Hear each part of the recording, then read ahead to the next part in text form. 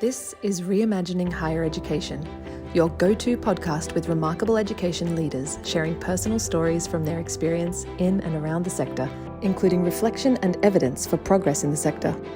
With your host, Professor Judyth Sachs, former PVC Learning and Teaching at the University of Sydney, Deputy Vice-Chancellor and Provost at Macquarie University, and Special Advisor in Higher Education at KPMG, and now Chief Academic Officer at Studiosity. Welcome. There you are. How good to see you. And you. Welcome back. I know, just back on Friday, so just bright and perky from jet lag, but other than that. I really do appreciate that you've agreed to do this. You've done a lot of things and talked to a lot of people. I watched today a bit of the one that you did at Melbourne University, so the Centre for, and that was terrific. So in the light of a comment that you made, I'm wearing black. We'll make a start. I'll start by acknowledgement of country, and then I'll just give an introduction to you. Studiosity acknowledges the traditional Indigenous custodians of the land throughout Australia and all the lands where we work, and recognises their continuing connection to land, waters and culture. We pay our respects to elders past and present. Good afternoon, Jane. Thank you for making time to talk to us. Let me just give a brief overview of what I know about you. And we've known each other for a long time when we were both Deputy Vice-Chancellors, you at Curtin and me at Macquarie. That's right. What people might not know about you is that you were born in Zambia, Yeah. and that you were educated at VC University, and that you also did your PhD at Cardiff. And you have been made you've been given an honorary doctorate from Cardiff and also made an honorary fellow, I think, at Cardiff. Yep. So it's nice to have one's alma mater recognised. You've had quite a lot of experience as Vice-Chancellors, probably more than you ever anticipated, but best known for the 9 years you spent at Deakin, where you engaged in real transformative work and reinvented the heart and soul of Deakin and really started to question what online learning and distant learning was about. And, you know, Deakin is now back at the forefront of that. You had the unexpected invitation to be interim Vice-Chancellor at 2 West Australian universities. And my understanding of what you did at West Australia was you did a quick cleanup job in 5 months. And I was also delighted to hear when you were asked the question about who were people that you admired, and that you mentioned the name Fay Gale. Mm-hmm. I think Fay Gale has been one of the most under-acknowledged women leaders our country has ever had. And she, being the first woman Vice-Chancellor of a place like UWA, at UWA, would have been full of all sorts of challenges. And then, of course, you came in and were the interim Vice-Chancellor at Murdoch as well. So you understand the West Australian situation. I also noticed that you are a board member of Navitas, and of course Navitas, many of us have had relationships and partnerships with Navitas. So you are a constant talker on the media. You are very visible, and your wisdom and your experiences will be investigated in our podcast today. Oh, so. As you know, I asked you to bring an object, and being a contrarian, you found 2 objects. So can you tell me what the 2 objects are, and tell me the story behind them, in particular how they represent you as an educator and your life as a senior educator and leader? Yeah, so it all goes back to, you know, being first generation, you know, working class family. Mum and dad both left the UK, Ireland. My father was Irish Catholic.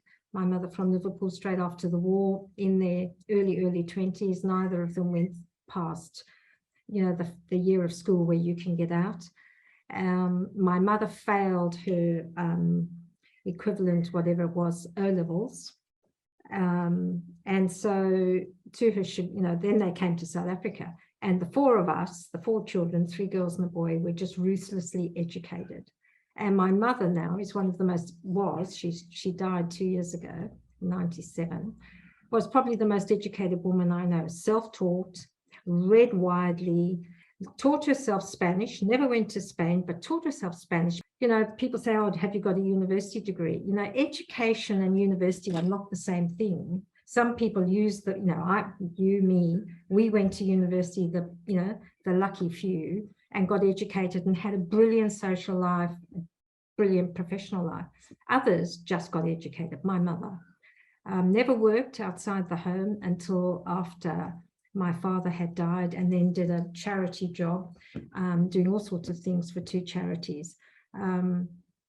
And you think, and yet when you talk to her, there was no aspect of English literature that she did not know about. And so education for me is a really vexed issue. It's not about universities, it's about curiosity, about your absolute steeliness to understand something and then to become expert. That's what education's about. And we were just lucky. We went to a highly social place where we could meet other men and women like ourselves, and sex, drugs and rock and roll is why we went to university. The education fortunately happened as well. And but for some people that's not the case. They didn't have any of the fun, they just got educated. And we've got to respect that and remember that. And I often think we don't remember that as well as we should. Many of the clever people in this world did not have our privileges. And so the objects are? So here's my object. I'm just standing up to turn it around and put it in front of you. My mother bought this for me, and it's really, oh God, I'm really bad at this sort of thing, but here we go. No, I have to lift it up. So it's the learner. Can you see the learner, the book, and the teacher? And my mother bought this for me years ago when I just became a PVC. It's really, really heavy, not expensive, but she was just so thrilled that I'd got to a level where I was going to inform education rather than just be educated. I was a curtain then, and it weighs a ton. And then my children, when I became a vice chancellor, gave me this little, disc thing that you put in the side of the computer, because that's how they remember me, sitting in front of a computer, screaming because my stupid little twaddle wouldn't work. So it sits on here, and this has all the work I did at Deakin and all the work I did at Curtin, just downloaded onto it. I'll never take it off, sitting there. So this is your life. My life. Your life in a thumb drive. My life has been spent either in the university, working in the university, or talking about education. So you use the word curiosity, and one of the concerns that I've had over a number of years now is universities, as they're organised, and programs as they're delivered, really work against students being curious. What are your thoughts on curiosity and how we can nurture curiosity in higher education? So if I was asked what is the one thing that I'm disappointed about, it's the cost of higher education. That for so many people, I have a daughter-in-law staying with me at the moment who has a debt this big. No money in the family, clever enough, got into dentistry, and she'll pay back that debt for years. Now, she's a dentist, so she's going to pay it back in a number of years, but quicker. But you think of how many people have to work and work and work and study. Forget curiosity. What do I have to do to pass this unit? It becomes the toss-up, unless you're wealthy. And so that's the thing I find the most difficult about curiosity. Everyone, I think, has a capacity to be curious. Many of the students that I meet now here in WA, I mentor 3 or 4 different people, all of whom wrestling with debt, time poor, should be educating themselves, and they're working. They've got, one young woman of Chinese extraction doing 3 jobs while she puts herself through uni. And they're crappy jobs. These aren't jobs where you learn other than to be nice to people. One's a cleaning job, and I think she does fast food somewhere. And you think, how can so curiosity really matters. How can we, as the educators and voters, get back to a system where you enable people who wish to be educated, go to university, stay in school, to be curious and to do things. My son's a school teacher. They have no time for curiosity. He has a list which he has to tick off to say, I've done these things with my year 12 class. You know, he'd like to, you know, at the moment, you know, there's been so much talk about what's been happening in America and the Brexit thing. He'd love to talk about Brexit with his history students and the implications of that for Europe. 20 minutes, you know, because there's no time in the curriculum, because he has to get these things done because they have a year 12 exam. So we have to be quite careful, our generation who were curious. Certainly, you know, I had a very blessed higher education because I basically wandered around where I wanted to be and did things I wanted. I don't think the current generations are afforded that opportunity. I also worry that they no longer think about the opportunity of being curious and looking at things because they're in this track, you know, I've got to get this, then I've got to do that, then I've got to buy a house, then I've got to pay a mortgage. Not that our generation was better, but we didn't have those pressures. I certainly had no idea what a mortgage was for a very, very long time. Now, I lived in a reasonably not well-to-do family, so we never owned anything. So, of course, you wouldn't have those pressures. But, you know, certainly this generation, there's much more focus on owning a house than there is on being curious and seeing the world. Yeah. Oh, you know, we're not going to travel for 2 years because we want to pay down our mortgage. Yeah. Yeah, it's limiting, isn't it? That's me being very, you know, upper middle class, you know, highly overeducated woman saying, here's how the world should be. It isn't how the world is, and I don't think it is how it should be.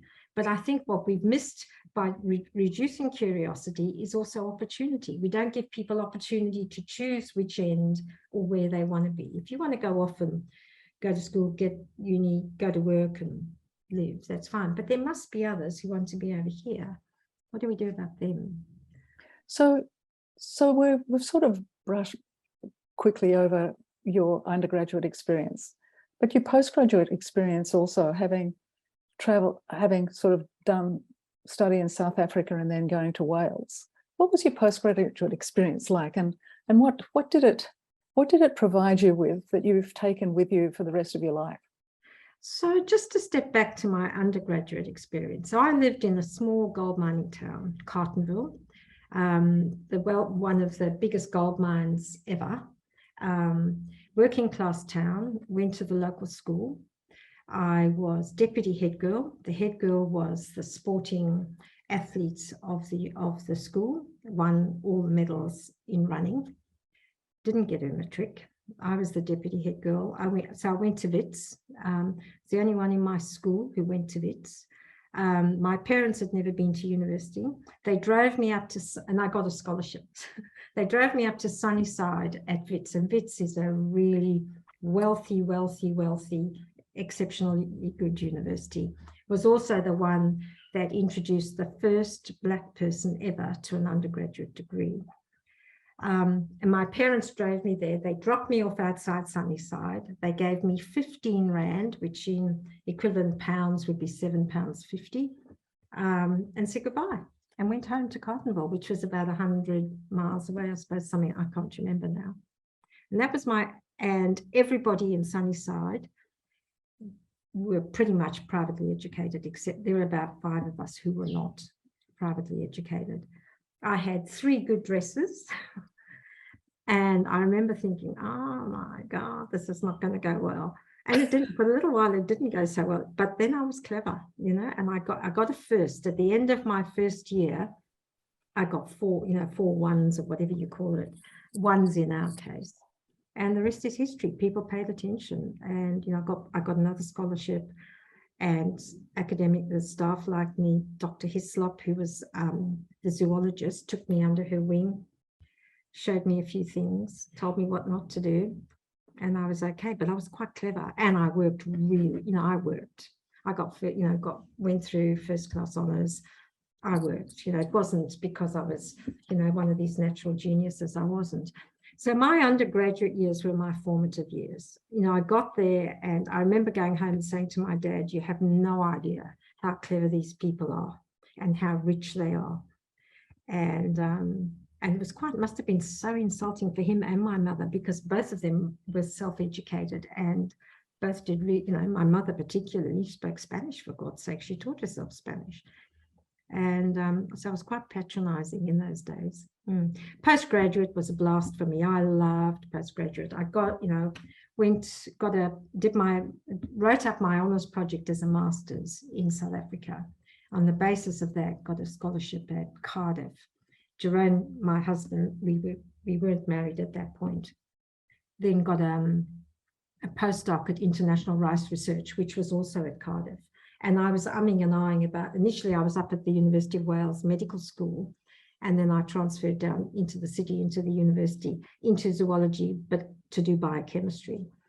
And we had I had a fantastic postgraduate time. It was really good fun.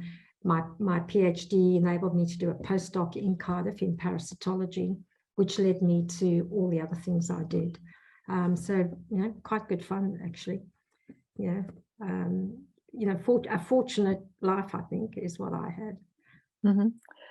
So these provided the foundations for you as an educator, and particularly going to VITS, you've got sort of you in that podcast. So it's always politicized. So people will often say I'm over political. I'm very political. I see everything politically. I see everything with color. People say, "Oh, I never see color." You're not looking at people. Then one of the most self-identifying factors of all of us is the color of our skin and the color of our eyes, and I see it all the time. And and we've never come to grips with that. Now I'm very white. My three closest friends, two of them are Indian and one is African, and I think that's the nature of where I grew up. And I also have a principled view on these things, and we need to, some of those things we still don't take care of them well enough, I don't think. So you talked previously in other podcasts I've seen about the importance of values, and as a leader you've been values driven, but as an educator you certainly have been values driven, and that brief description of your entry into the world of privilege at VITS speaks to that sort of misalignment of values. But what's driven you as an educator and a leader in all of your leadership roles? Look, I think your formative years matter. When I went, I had these 3 dresses, and the girl I shared a room with, very nice girl, Diane, only child. And so she had most of my wardrobe as well as her own wardrobe because she just had more clothes than me. And, you walked around, I had no money, so I had to work.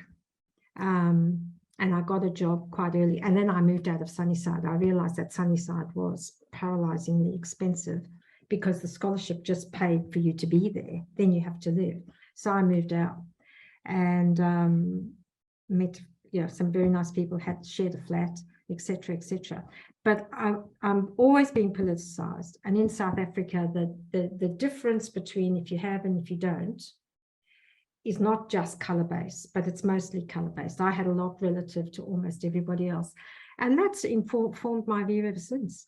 And then when I left South Africa to go to Wales to do my PhD, I remember saying to my mother, look, apartheid will be over in 5 years and I'll come home and I'll work here.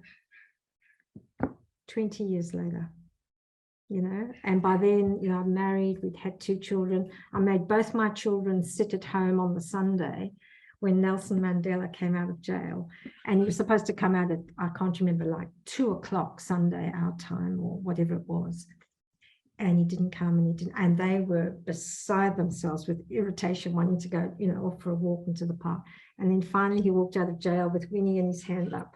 What a day. I remember that day as if it was yesterday, and you realized the world will change now for South Africans, and it did. For some of them, it went, a lot of white South Africans will tell you the country's gone to shit. No, it hasn't. Look at how many Black people are now in universities getting educated, and everybody voted. They all got the vote. That's not shit. That's just the future. So, so that's my lens that I see things through. Are we being fair? Because I've seen unfairness and it's shocking. Are we helping each other? Because if you don't, you'll need it eventually. You'll need someone to help you. So that's the lens I take through, and particularly in education. When you think, I don't know about you, but now think of my privilege and the advantages I have now and the accolades I have. The on doc at Cardiff. That was my mother. That was my school teachers. in a crappy little school in Carltonville who said, you can do this, you can do the maths. Here, let me give you an extra lesson. Otherwise, I'd never have had that, So I do think we should look around, value what we've got, and then just give it back a bit and always acknowledge some of this stuff. I used to be embarrassed when people asked me where I came from. I don't anymore, because I see some of my strength is because I understand what can happen if you don't do anything. So you've, throughout your career, but also in your education decisions, you've actually taken advantage of opportunities as they've emerged.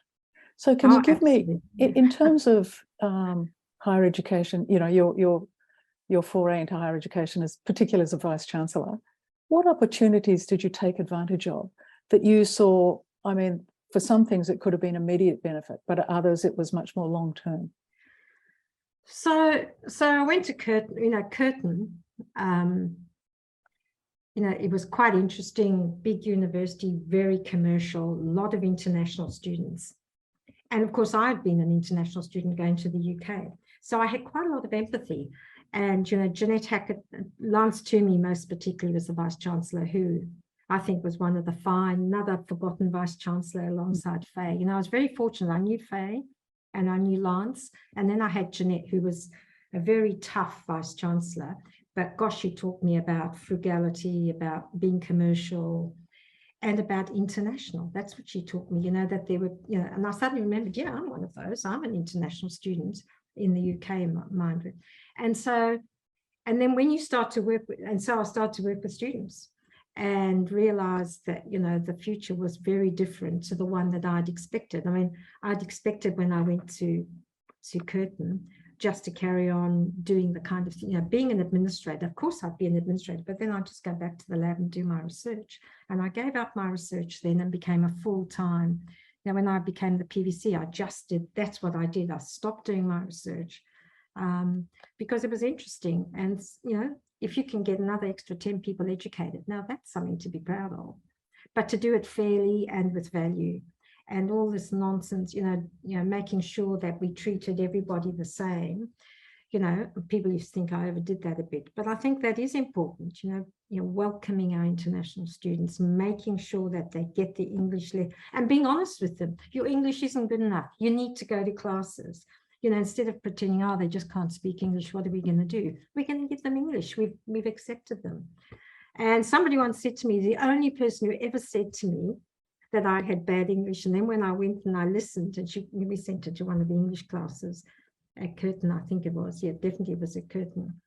And they played it back to her, and she couldn't understand herself. And then she wrote to me, I still got the letter somewhere, and said, thank you so much. You were the only one who was honest enough to say, go and get an English lesson. And I think, Judyth, one of the things we often are so nice that we don't address the bleeding obvious as educators. You need to get your maths up. You need to be able to learn to communicate effectively in English because you're in an English-speaking country. If you want to get on in Australia, that's not to be xenophobic. I mean, most of these people speak 4 languages, but if you're working in Australia, probably your English needs to go up 2 levels so that you can fit in, and fitting in is what we all want to do eventually. So let's talk a bit about the student experience then, because that was one of the great platforms that you wanted to reinvigorate, both at Curtin, but also at Deakin as well. So what's happened over the years in terms of the student experience? And given that you laid out very clearly this sort of wallpaper of debt, this sort of lack of curiosity, what's the student experience? Curiosity. So not lack. I think people are curious, but it's absent because they're busy over here. There's no lying around, in the gardens. For a few there is. What shall we do today? Oh, I wonder. Or I think I did philosophy because I got bored in zoology. I thought, I wonder what, and a friend was doing philosophy, and I thought, I'll go along. So I did the whole philosophy course, wrote the exam, hadn't enrolled.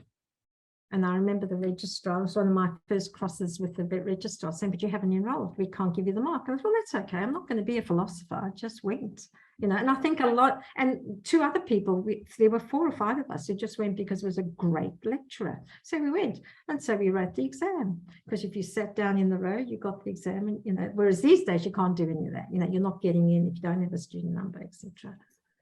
So I think absence of curiosity, but it's more busy. And how do we encourage, you know, my son's a school teacher, encourage your kids to be curious. That's the most important thing. I've allowed him to be very curious. He did an engineering arts degree, you know, it cost this much money.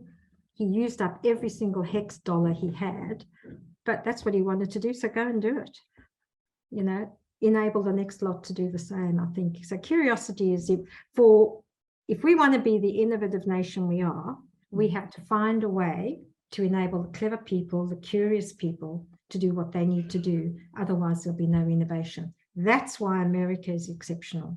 It's because they ignore everything that the exceptionality just comes up, and you get off these people doing the most astounding things because they can, and there's this bandwidth if you show potential. We tend not to do the same here to the same extent. We're much more tramlined, I think. And why do you think that is? Probably, I mean, absence of money. We don't have the huge benefaction and scholarships that the big universities in America have. And just having been there and meeting a couple of people, you know, they are quite exceptional. They have all the rubbish we have as well, and all the bureaucracy. My sister, who works at New York, I mean, have to deal with the registrar today. I was one of those big. Oh, well, you know what I mean. No. But, you know, just a professor, you know, ranting on about, you know, money or something. So I think we don't have scale. They have scale. I'm sure there are really bad universities in America. We just tend not to visit them.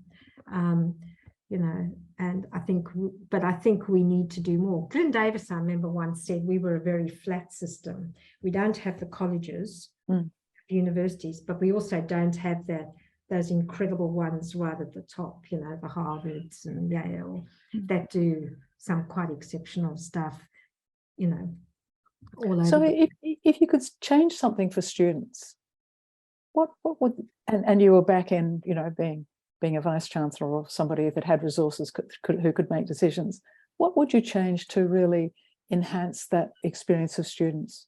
Yeah, I think many more scholarships to reduce their debt, so that they had time to think about doing honours, to do it properly, and to get the full benefit of what the good universities of Australia, they are, you know, most of them are very good, can give you. But these days, a lot of people don't have that time. They spend less time on their university work than they do on getting to work, doing the job, and getting back again.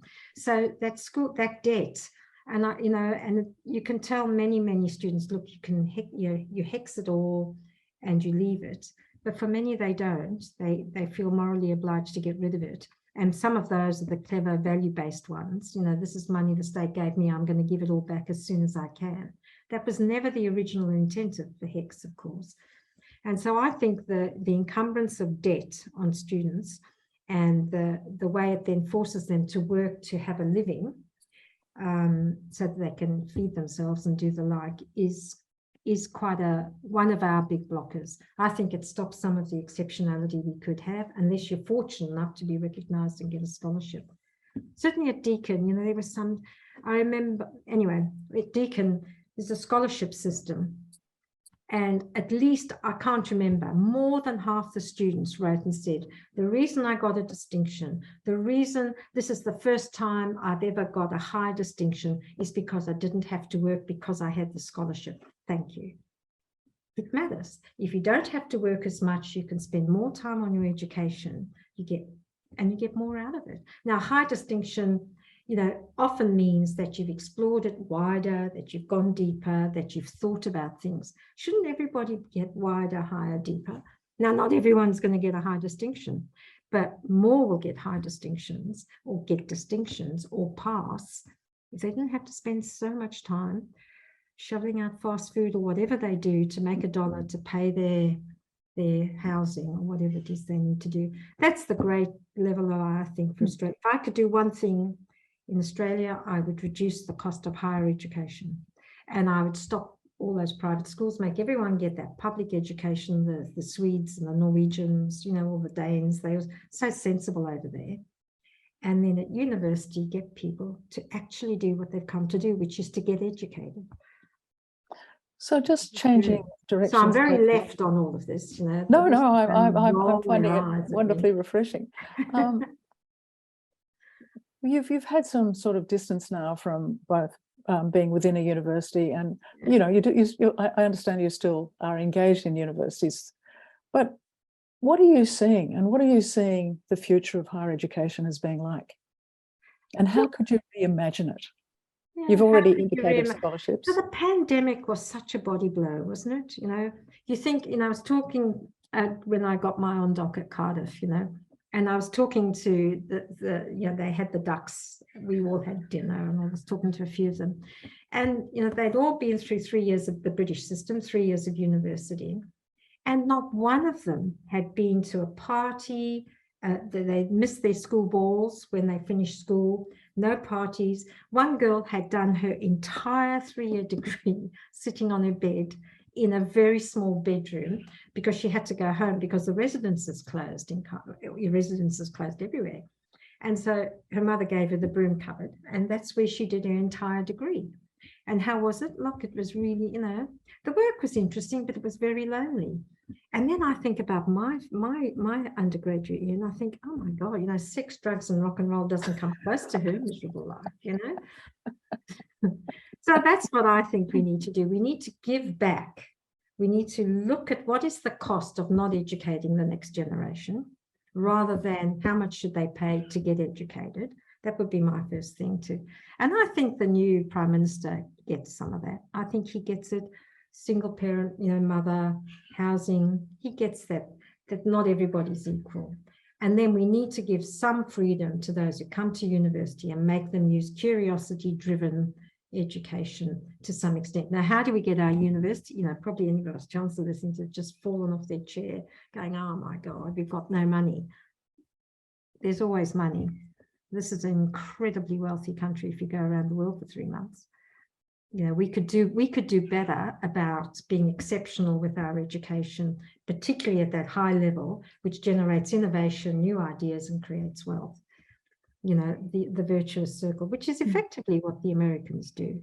You know, they do it, you know, they do it very well in the innovative sense. A lot of the country is completely deprived, but that's a separate matter. Because of the, you know, capitalism is an interesting ideology that they swear by. We don't. So imagine you've got an audience with Jason Clare, and you've got an opportunity to make one intervention. What would that be? I got to Australia, and HECS had gone to, what was it, Judyth, like $200 maybe. I can't remember, and there's a huge row. And I come from South Africa, and I was on the UWA campus.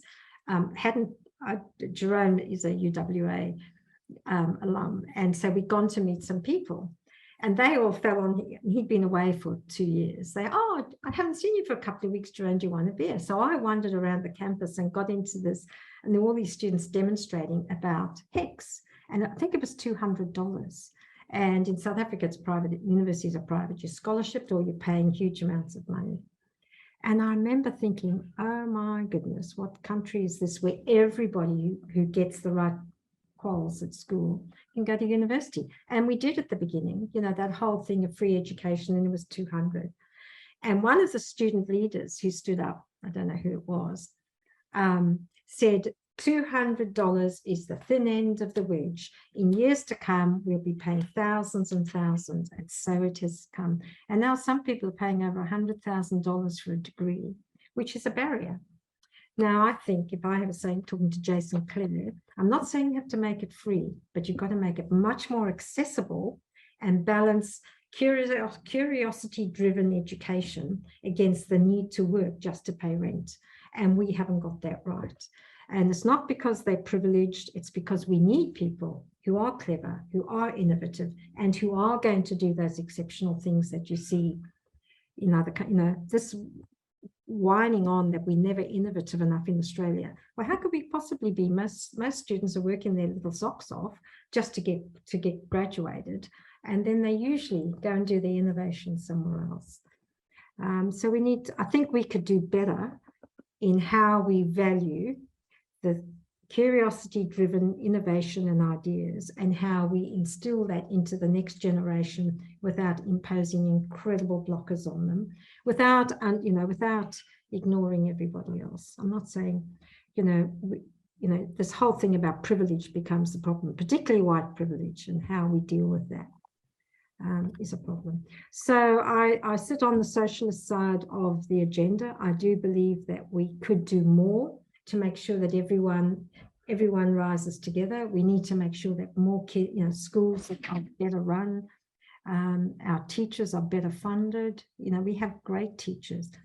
What are we doing about making sure that they all feel proud and privileged and pleased with what they do, so the next generation can come to university?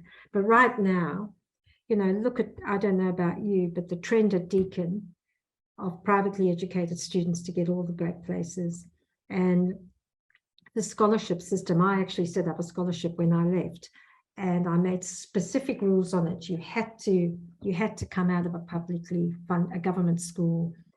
You couldn't, if you had any kind of advantage, I ignored those, not because they weren't deserving, because there's another group over here get ignored their whole life.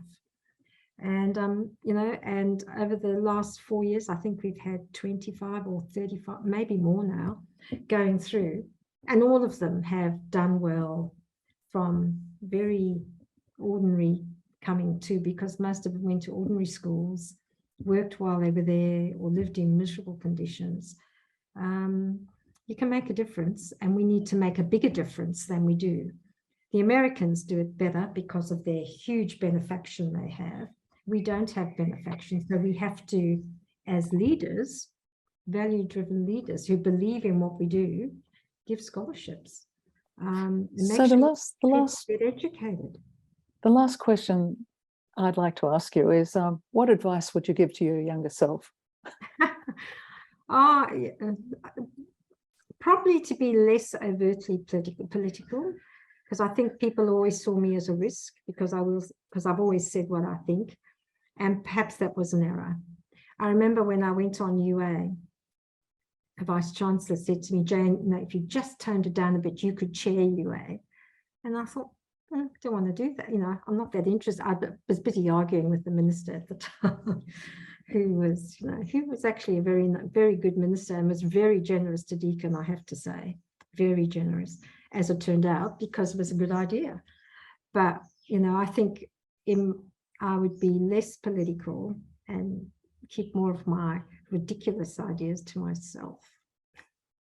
Might have been better for some. But the world would be a much lesser place. Deakin would have been a lesser university. So I'm glad that advice will not be taken. Yeah, too late, she cried. Yeah. Well, Jane, look, thank you for spending this 35 minutes or so with me this afternoon. And thank you for asking me. That's very, very nice of you. I come to you from Noongar Whadjuk land, and over here we don't get as much attention as you do on the other side. One of the things that I've noticed, Judyth, you live on the eastern seaboard, and you do believe you're in the centre of the universe. You live in WA, and the only time people speak to you is when they forget there's a 3-hour time difference, and you pick up the phone at 4 o'clock in the morning. Is everything okay? Yeah, it's just 4 o'clock. Oh, sorry. Put the phone down. Well, who the hell was it? Well, yeah. Jane, it's been wonderful catching up again, and I still remember a conversation that you, Jim Barber, and I had at Clovelly all those years ago, and I think that. And then that time, those years that we were on the Office of Learning and Teaching Advisory Board, they were great years. So another example, at the OTL, you remember it had teeth then. You remember the changes, the things we did, the ideas, the imagination, the excitement. Yeah. Well, let's hope that returns That's what in we a have to different form. aspire to. That's what we need to, that's what I'm banging on about here, is more innovation, more ideas. Teaching and learning matters. Well, I'll come to that party. Nice to talk to you, Judyth. Nice to talk to you too. Thanks, Jane. Bye Bye. now. Thank you. Visit studiosity.com/Students First for the next Students First Symposium, an open forum for faculty, staff and academics to candidly discuss and progress the issues that matter most in higher education. studiosity.com/Students First